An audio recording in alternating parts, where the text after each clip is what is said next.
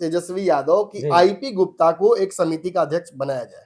भाजपाकरण हो गया है बिहार की पूरा। सरकार का, जी। और ये नीतीश कुमार के स्वेच्छा से हुआ है, उनकी खुशी से हुआ है। बिहार का भाजपाकरण हो गया है बिहार की पूरा। सरकार का, जी। और ये नीतीश कुमार के स्वेच्छा से हुआ है, उनकी खुशी से हुआ है। अगर नेता प्रतिपक्ष भी बन पाए हैं तेजस्वी यादव, तो बहुत समझ लीजिए कि बस भगवान ही चाहते थे कि वो नेता ठीक है। प्रतिपक्ष रहे। ओरमा ग्रुप, जो सोचता है वो करता है। आपके अपने सपनों का आशियाना। नमस्कार, भारत लाइव देख रहे हैं आप और यह हमारा खास कार्यक्रम जांच पड़ताल। चुनाव खत्म हो गए हैं, सरकार भी बन गई बिहार में, लेकिन इसमें जो सबसे तगड़ी हार हुई है महागठबंधन की हुई। और महागठबंधन नहीं, इसमें सबसे जो अहम रोल था वो तेजस्वी यादव का था, और तेजस्वी यादव बहुत बुरी तरीके से हारे। लेकिन अगर बात हार पे ही अगर खत्म हो जाती तो हम लोग ये खबर नहीं करते, लेकिन बात हार पे ही खत्म नहीं हुई है, बल्कि तेजस्वी यादव को और झटका मिला है, और वो झटका उनके खास चाचा नीतीश चाचा ने दिया है। वही मुद्दे को लेकर हम यहाँ पे आए हुए हैं। हमारे साथ संपादक सर बैठे हुए हैं। सर से सवाल होगा, सर यहाँ पे चुनाव खत्म हो गए, तेजस्वी यादव हार गए, लेकिन फिर भी नीतीश कुमार ऐसा कौन सा और तगड़ा झटका दे रहे हैं तेजस्वी यादव को? देखिए, नीतीश तो अब जिस मोड में चले गए हैं, वो बहुत राहत भरी उम्मीद से राजद उनकी तरफ देखे नहीं हम जी। क्योंकि ऐसा कुछ होने वाला नहीं है। पिछली बार भी 2020 में जब सरकार नहीं बन पाई थी तेजस्वी की, तो एक मौका उनके पास रह गया था सत्ता में वापसी का, नीतीश कुमार के पलट जाने की वजह से। जी। और नीतीश ने वही किया भी। बाद में दोनों के बीच में गठबंधन हुआ, भाजपा विपक्ष में बैठी। नीतीश कुमार को शुरू में तो अच्छा लगा, लेकिन धीरे धीरे उन्हें रियलाइज हो गया कि ये उनके लिए सही नहीं है, जी। और अंततः वो लोकसभा चुनाव से पहले वापस आ गए, और अब एनडीए छोड़कर जाएंगे नहीं, ऐसी कोई संभावना नजर नहीं आ रही है। जी। तो आखिर नीतीश कुमार ने जब मन बना लिया है कि वो राजद के साथ नहीं जाएंगे, जी। तो राजद के साथ अब कुछ और जोड़ घटाव करने की जरूरत भी नहीं है उनके लिए। बिल्कुल। रही बात राबड़ी देवी वाले आवास की, वो भी एक बहुत बड़ी रणनीति का हिस्सा है, उनसे वो आवास छीन लेना। क्योंकि पिछली बार वही एक रास्ता बचा था उनके और राजद के बीच में दोस्ती का, वो भी खत्म कर दिया। गृह विभाग दे दिया बीजेपी को। अब सदन में जो स्पीकर हैं वो भी अब बीजेपी के हैं, प्रेम कुमार जी। तो एक तरह से कहा जा सकता है कि बिहार का भाजपाकरण हो गया है बिहार की सरकार का जी। और ये नीतीश कुमार के स्वेच्छा से हुआ है, उनकी खुशी से हुआ है। तो मतलब नीतीश कुमार बहुत सहज है बीजेपी के साथ, उनको बहुत समस्याएं नहीं है। ये किसी भी प्रकार की भविष्य की गठबंधन की संभावनाओं को नीतीश और लालू के, नीतीश और तेजस्वी के समाप्त कर देता है जी। लेकिन नीतीश यहीं तक नहीं रुक रहे हैं। नीतीश दरअसल तेजस्वी के साथ अपने किसी भी भविष्य के रिश्ते को भी पूर्ण विराम आज ही लगा देना चाहते हैं, ऐसा प्रतीत होता है जी। आपको पता होगा, ये वर्तमान जो हम चर्चा कर रहे हैं, ये चर्चा बिहार विधानसभा के विभिन्न समितियों के अध्यक्ष और विभिन्न समितियों के तर्ज पर है जी। आपको पता है कि बिहार जो विधानसभा है, इसमें 20-25 समितियां होती हैं गठित। बिल्कुल। अक्सर चुनाव के बाद, चूंकि चुनाव में सब कुछ भंग हो जाता है, तो चुनाव के बाद फिर से इनका गठन होता है। इसमें विपक्ष के लोग भी होते हैं। जैसे पिछली बार जो आपको पता होगा, गैर सरकारी संकल्प समिति के अध्यक्ष जो सभापतित्व हैं, वो तेज प्रताप यादव थे। और इतना ही नहीं, एक और बड़ी बात थी कि जो विपक्ष के जो नेता है, लोक लेखा के सभापति उनको बनाया जाता है। पिछली बार भाई वीरेंद्र को ये बनाया गया था, इस बार भी वो जीत कर आए हैं। हालांकि तेज प्रताप यादव जो गैर सरकारी संकल्प समिति के सभापति थे जी, अब वो तो जीत के आए नहीं है, तो उनको तो मिलना संभव नहीं है जी। इसमें एक और मजेदार बात थी कि पिछली बार विपक्ष में होने के बावजूद 10 पदों पर राजद और महागठबंधन के लोगों को मौका मिला था, जिसमें 6 पर राजद थी और 4 पर बाकी सहयोगी जो कांग्रेस और लेफ्ट की पार्टियां थी। दोनों का प्रदर्शन बढ़िया था। 19 कांग्रेस लेकर, बहुत बढ़िया तो नहीं था, लेकिन 19 कांग्रेस लेके आई थी। विधायकों की संख्या तो 6 ही है जी।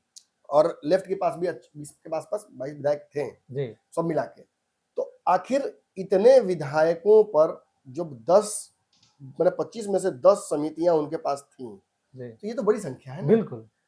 अब समस्या ये है कि अब को जैसा समझना होगा आपको कि एक तो राजद की स्थिति ही ठीक नहीं है जी। अगर नेता प्रतिपक्ष भी बन पाए हैं तेजस्वी यादव, तो समझ लीजिए कि बस भगवान ही चाहते थे कि नेता प्रतिपक्ष रहे।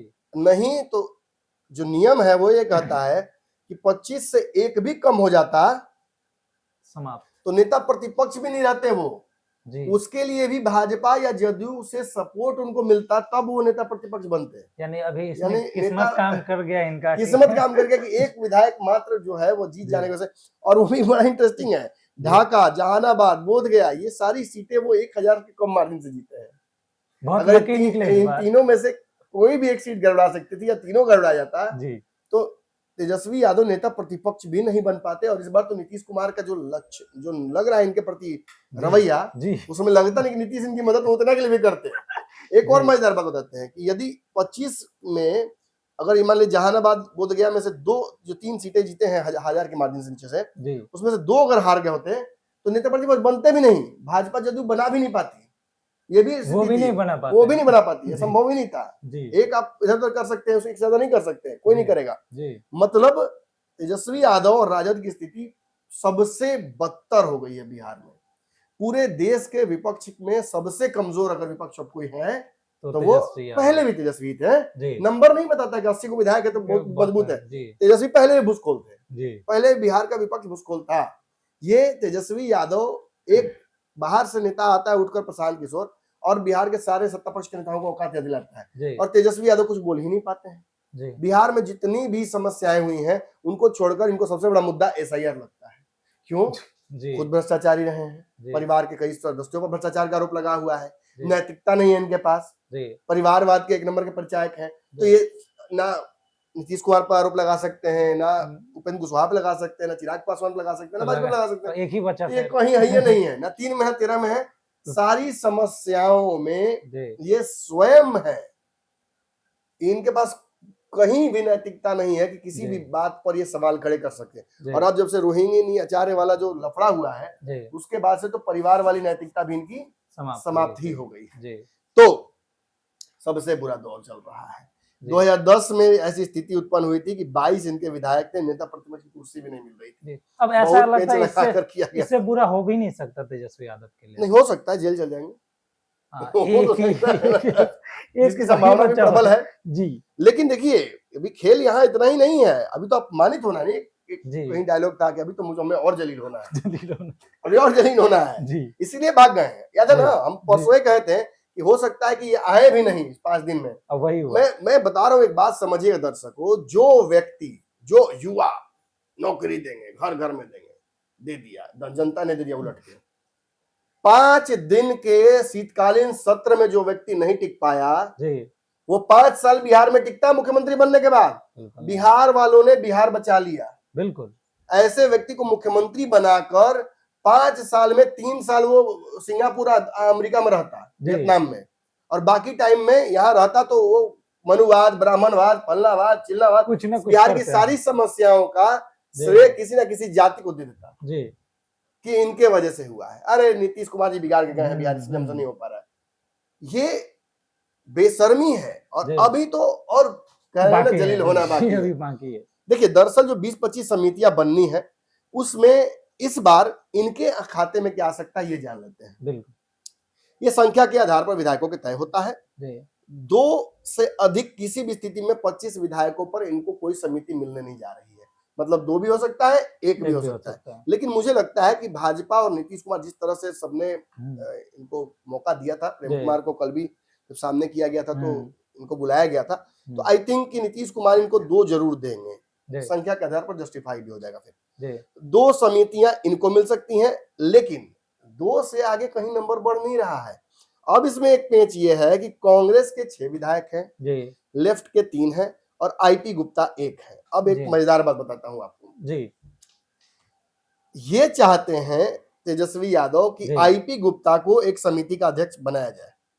अच्छा, आईपी गुप्ता को? हाँ, आईपी गुप्ता को। बाकी जो 6 + 3 + 1 हो रहा है, 6 3 9 10 जो विधायक बच रहे हैं विपक्ष के जी, इनको जोड़कर जो एक समिति मिलेगी, चाहे वो गैर सरकारी संकल्प समिति जो तेज प्रताप के पास होता है वो मिले, या भाई वीरेंद्र वाली तो मुझे लगता है कि उन्हीं को दी जाएगी। वो जो लोक लेखा है भाई वीरेंद्र के पास ही रहेगी, मुझे जहां तक लग रहा है। तो ऐसी स्थिति में तेज प्रताप वाला जो है गैर सरकारी संकल्प समिति का जो सभापति है, वो आईपी गुप्ता को बनाना चाहती है आरजेडी, जो अंदर खबर आई है। लेकिन यहाँ एक और मजेदार पेच है। दरअसल कांग्रेस के जो 6 विधायक हैं इन विधायकों के नंबर के आधार पर, नैतिकता के आधार पर नीतीश कुमार और जो भाजपा है जी वो चाहती है कि कांग्रेस इससे के कोई किसी आगे एक विधायक इनको को मिल जाए। बना दिया जाए। जी और कांग्रेस का अभी रिसेंट जो चल रहा है माहौल जी वो तेजस्वी के खिलाफ है। कांग्रेस जी। तेजस्वी के साथ रहना नहीं चाहती है। बिल्कुल लेफ्ट की पार्टियां चाहेंगी कि हमें मिल जाए। जी आईपी गुप्ता का इसमें चाहेंगे। कोई इंटरेस्ट है नहीं। जी आईपी गुप्ता ये सोच रहे हैं कि न 3 में तेरा हम क्यों दिमाग लगाएं। बिल्कुल अब तेजस्वी को ये लग रहा है कि कांग्रेस के साथ लंबा रहना कितना Possible फायदेमंद है नहीं, वो संभव नहीं है। जी कांग्रेस खुद नहीं रहेगी ऐसा लग जी। रहा है। तो हम क्यों ना आईपी गुप्ता पर इन्वेस्टमेंट करें अपना, जी ताकि भविष्य में पान समाज का वोट हमारे साथ रहे। जी अब इस चक्कर में ये पूरा पेच फंस गया है। भाजपा और जदयू चाह रही है कि कांग्रेस के एक विधायक को, इसका नाम भी मैं जल्दी बता दूंगा आपको, जी बना दिया जाए बिहार में जो गैर सरकारी संकल्प समिति है इसका सभापति। जी यानी जो तीसरा समिति मिल सकता है विपक्ष को, वो कांग्रेस को न देकर आईपी गुप्ता को देने की सिफारिश कर रहे हैं तेजस्वी यादव जी और राजद। और यहाँ खेल ये हो रहा है कि कांग्रेस को मिल जाए ऐसा नीतीश और भाजपा चाह रही है। जी। तो इसकी वजह से क्या होता है, इसकी वजह से गेम फंसता है जी अच्छा, इसमें यदि आईपी गुप्ता नहीं बनते हैं तो उनकी पार्टी भी नाराज होगी, वो बिल्कुल भी नाराज होंगे कि भाई जी ये लगता है कि तेजस्वी तो वही खेल नहीं कर दिए हैं। जी अब है क्या कि इसमें इंटरेस्ट बहुत अगर नहीं है किसी का आरजेडी का, तो उसका एक बहुत बड़ा कारण ये भी रहा है जी कि अब रिसेंट दिनों में ये केवल कोरम रह गया है समितियां। इन समितियों का बहुत उपयोग नहीं रह चुका। सरकार के जी कार्यक्रम में बहुत नजर नहीं आता है। जी ये केवल एक मतलब क्या बोलते हैं उसको, एक फॉर्मेलिटी सा हो जाता है। जी बिहार में जो अक्सर जो समितियां पिछली बार रही थी विपक्ष के पास, उनमें से लोक लेखा थी, जी पुस्तकालय था, बिहार विरासत विकास था, केंद्रीय सहायता था, शून्यकाल था, गैर सरकारी संकल्प जो मैंने बताया जी। तेज प्रताप के पास था। जी इन विभागों की जिम्मेवारी पिछली बार समितियों की मिले थी थे। विपक्ष को। जी इस बार ना पुस्तकालय मिलता नजर आ रहा है, ना बिहार विरासत नजर आ रहा है, ना केंद्रीय सहायता नजर आ रहा है, ना शून्यकाल, ना गैर संकल्प समिति, ये सब नजर नहीं आ रहे हैं। जी एक भाई वीरेंद्र वाली बात छोड़ के, क्योंकि आज भी भाई वीरेंद्र मुझे लगता है कि सदन में वही कोशिश कर रहे थे जी दोस्ती करने का। जी विजय चौधरी का सूट का बड़ाई कर रहे थे कि सूट बहुत बढ़िया लग रहा है, बहुत सुंदर लग रहा है आप सूट जी। पहन के। खैर ये एक बहुत खतरनाक पेच है, ये सोचा मैं जी। दर्शकों को बता दूं जी कि राजनीति के अंदर भी कई बार राजनीति होती हो रहती सकती है। जी है। और ये वही राजनीति है, पिछली बार 10 समितियां थी इनके पास, इस बार 2 ही हो पा रही है। तीसरी समिति अगर एनडीए बढ़ा रही है इनकी तरफ, जी उसका प्योर मकसद यही है कि इनको लड़ाना है आपस में, एक भिड़ा हड्डी देना। फेंको और जी। सारे लोगों को लड़ा दो आपस में। जी अब कांग्रेस आईपी गुप्ता, हालांकि मैं खुद कह दूं कि आईपी गुप्ता किसी समिति के सदस्य बनने के इच्छुक खुद से नहीं है, नहीं है। लेकिन यदि अगर कुछ आता है जी तो फिर हिस्सेदारी सबको चाहिए होगी। बिल्कुल लेफ्ट की पार्टियां भी बिदक जाएंगी कि जी। टीम तो हमारे भी हैं, हमें क्यों नहीं तो मिलना चाहिए, बिल्कुल आप ही 2 रख लीजिएगा। जी और फिर कांग्रेस चाहेगी कि 6 जी हमारे हैं, तो 6 हमें हमें भी मिले। चाहिए। आईपी गुप्ता कहेंगे हम जीत हम के आए भी- हैं, तो हमें हमको भी मिलना चाहिए। चाहिए, हमें एक जी। दी सीट हमें जीत के आए हैं। जी तो ये बहुत खतरनाक पेच नीतीश कुमार ने जाते जाते भी एक पेच फंसा दिया। फंसा, भागते भूत की लंगोटी वाला हाल हो गया जी ये भी। और मुझे लगता है कि तेजस्वी अगर भागे हैं ना, जी। तो उसके पीछे एक बहुत बड़ा कारण ये भी है, जी इस लफड़े में ना पड़ना पड़े। खोखा भी तोड़ने का काम टेंशन दूर करने के लिए चल तेजस्वी रहे नहीं चाहते कि खोखा भी तोड़ने वाला काम भी उन्हीं को मिले और उसमें भी लड़ाई हो। जी जी तो चलिए जैसे कि आपने सुना हमारे संपादक सर ने कहा कि नीतीश कुमार अभी भी जो है वो पेच फंसाते चले आ रहे हैं। फिलहाल तो देखने वाली बात होगी कि आगे क्या होने वाला है। फिलहाल इस खबर में इतना ही। अगर आप हमारे चैनल पे नए हैं तो हमारे चैनल को लाइक करें, सब्सक्राइब करें। तब तक के लिए धन्यवाद। आपके सपनों को हमने सजाया है, ई होम्स पैनोरामा को हमने बनाया है। ई होम्स मेरा एक सपना था जिस पे मैं पिछले 4 साल से काम कर रहा था। हमने जो बनाया है वो सबने है माना। ई होम्स पैनोरामा में हो आपका भी आशियाना। और फाइनली हमने 2021 में इस प्रोजेक्ट को लॉन्च किया। बहुत लोग अप्रिशिएट कर रहे हैं कि पूर्णिया जैसे शहर में, बिहार के, एक तो बिहार की बात करें उसमें भी पूर्णिया जैसे छोटे जगह में इस तरह का लाइफस्टाइल देना, ये सुन के हम लोगों को बहुत अच्छा लगता है। ई होम्स में हमने कुछ और भी किया है, जैसे हम जिस जगह में रह रहे हैं हमारी फैमिली सिक्योर हो, उनको सिक्योरिटी का ध्यान में रखा है। आपकी सुविधा और सुरक्षा आपके लिए खास है, ये आपका विश्वास है। इसमें आर्टिफिशियल इंटेलिजेंस का 7 लेयर सिक्योरिटी का हमने इस्तेमाल किया है। लस ग्रीन कैंपस को बनाया है। यदि हमारा बाउंड्री वाल है तो वो वर्टिकल गार्डन है, ये जितनी भी फैसिलिटी होता है एक इंटरनेशनल टाउनशिप में ई होम्स है, ये हम लोग विश्वास नहीं कर पा रहे हैं। जो भी हमारे मित्र दोस्त या जो भी हमारे बाहर के बाहर आते हैं तो हम लोगों को बहुत अच्छा सुनने को मिलता है और बहुत अच्छा क्रेडिट मिल रहा है। वो सारा हमने सिर्फ एक बिल्डिंग नहीं बनाया, हमें एक बहुत अच्छा लाइफस्टाइल दिया ई होम्स में, और मेरा एक सपना था जिसको मैं आज फुलफिल होते हुए देख पा रहा हूँ। ये आपका आवास है। ई होम्स पैनोरमा में अब आपका निवास है। E Homes Panorama, luxurious lifestyle redefined. Panorama Group, जो सोचता है वो करता है। अगर ये वीडियो पसंद आई और वह बिहार के राजनीति और बिहारियत से सरोकार रखेनी तो सब्सक्राइब बटन दबा के चैनल के सब्सक्राइब कर ली। ओजे एगो घंटी बा, ओकरा बटन दबा देला से कुल सटीक और मारक खबर रुआ मुफ्त में मिल जाई। अगर रुआ पत्रकारिता के हमनी के नया प्रयोग में सहयोग कर चाहतानी तो ज्वाइन बटन दबा दी। पेटीएम नंबर नोट कर ली 9386